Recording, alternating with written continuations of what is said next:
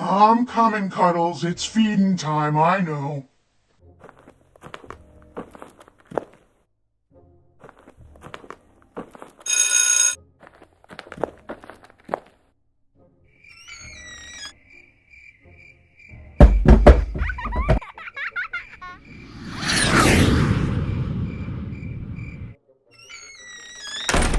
Stupid elf.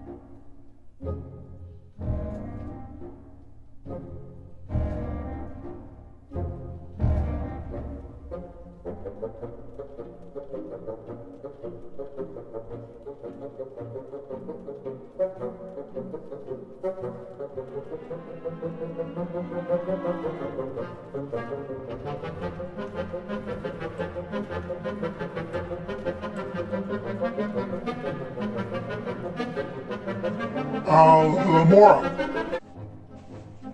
Hey, the journal's playing music. Oh, it's Fantasia. I love Fantasia. I loved when the Arumphits danced with the baby dragons. Not a big Mickey fan, though. Alright, let's see what we got this week. A Grindelwald apprentice, huh? Grindelwald's skill as a wizard and personal magnetism drew audiences. He knew the power of the word we instead of I, so the movement grew quickly during the early 1930s. His grooming of credence showed his talent for making use of those around him, and he took a persuasive tone even when addressing Newt as an adversary.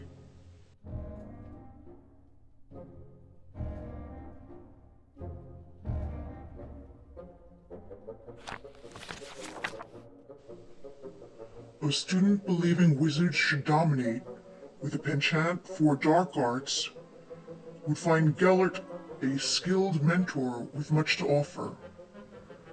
And recruitment of gifted, focused acolyte could be a tremendous resource in furthering Grindelwald's ambitions.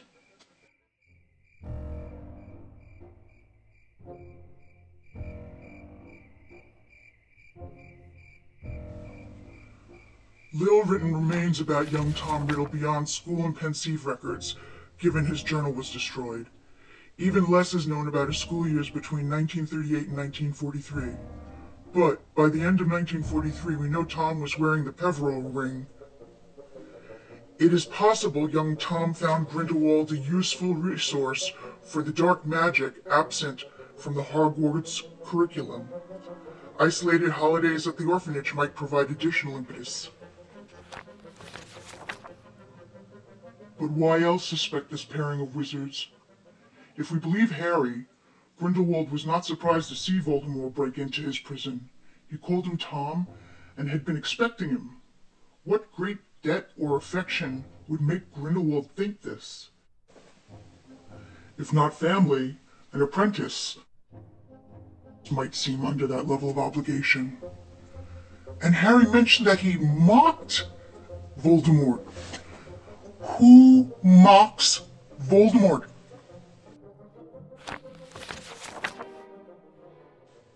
Well, both had a strong interest in some highly arcane dark magic.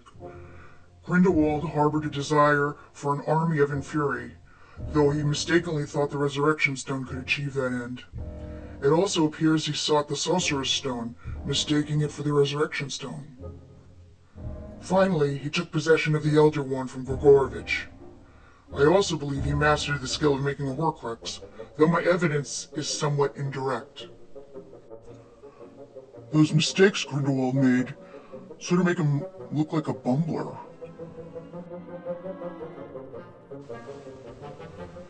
When Tom came into his own as Voldemort, He had mastered making in theory a legful to protect the locket, collected the resurrection stone from his uncle, sought the Sorcerer's stone to recover his body, as well as sought and found the Elder One. And yes, he mastered the manufacture of the Horcruxes. If my hypothesis about a mentor-apprentice relationship is true, why would Tom go to Slughorn to ask questions about Horcruxes if Grindelwald was available to him?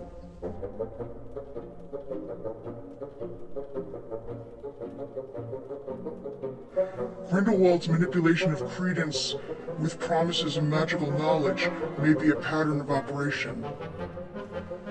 He may have told Tom about Horcruxes, but withheld the details as a way to continue his influence over Tom. Further, it may be that Tom began to doubt Grindelwald's possession of magical knowledge to the extent he claimed.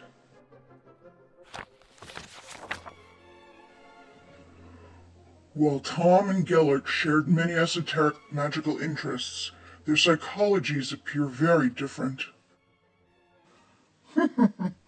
Hermione Granger, forensic psychologist. This impacts the value and importance of magical objects to each of them. I have some thoughts on how their differences are reflected in the value they attribute to the Deathly Hallows, but this will have to wait for tomorrow as I'm exhausted and I need to go to sleep. One more thing.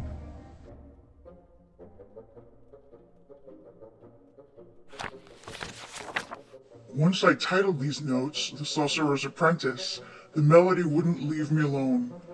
I learned the chorus of the famous German poem by heart as a child, and it was the closest thing to magic in my muggle life before Hogwarts.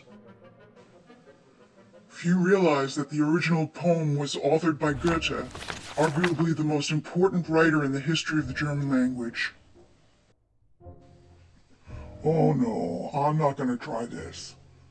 Oratorio.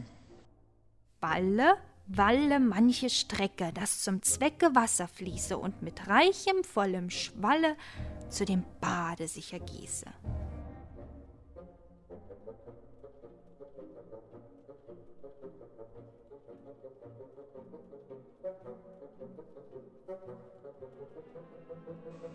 Oh, that's all she wrote this week.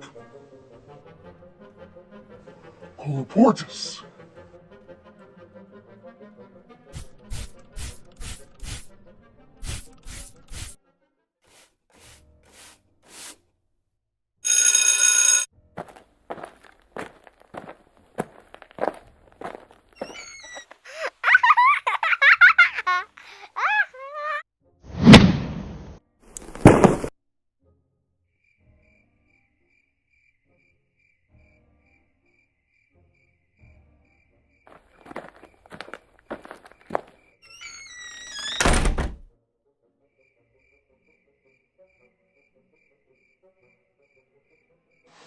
Is the Renaissance Fair in town?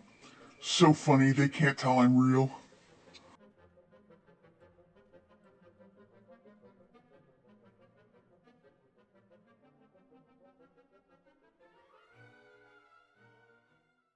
Der Zauberlehrling.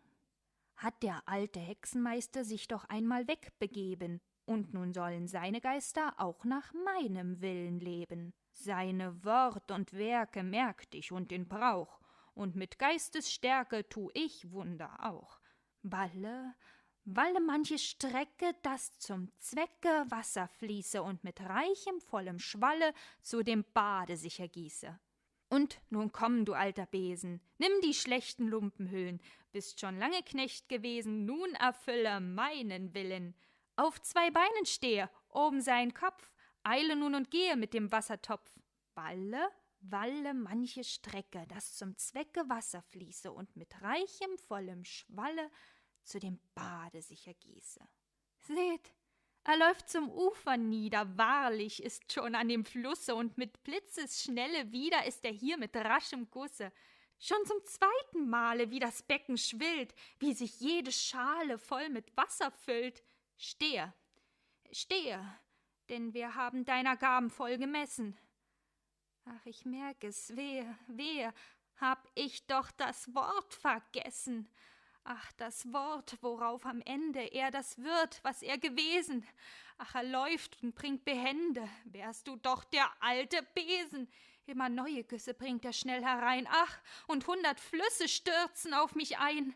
Nein, nicht länger kann ich's lassen, will ihn fassen, das ist Tücke, ach, nun wird mir immer bänger, welche Miene, welche Blicke, o du Ausgeburt der Hölle!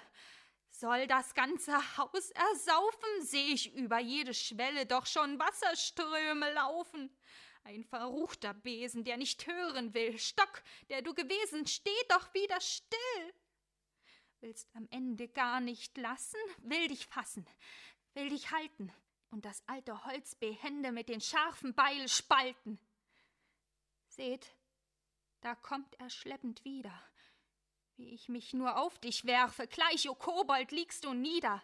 Krachend trifft die glatte Schärfe, wahrlich brav getroffen. Seht, er ist entzwei, und nun kann ich hoffen. Und ich atme frei. Wehe, beide Teile stehen in Eile, schon als Knechte, völlig fertig in die Höhe.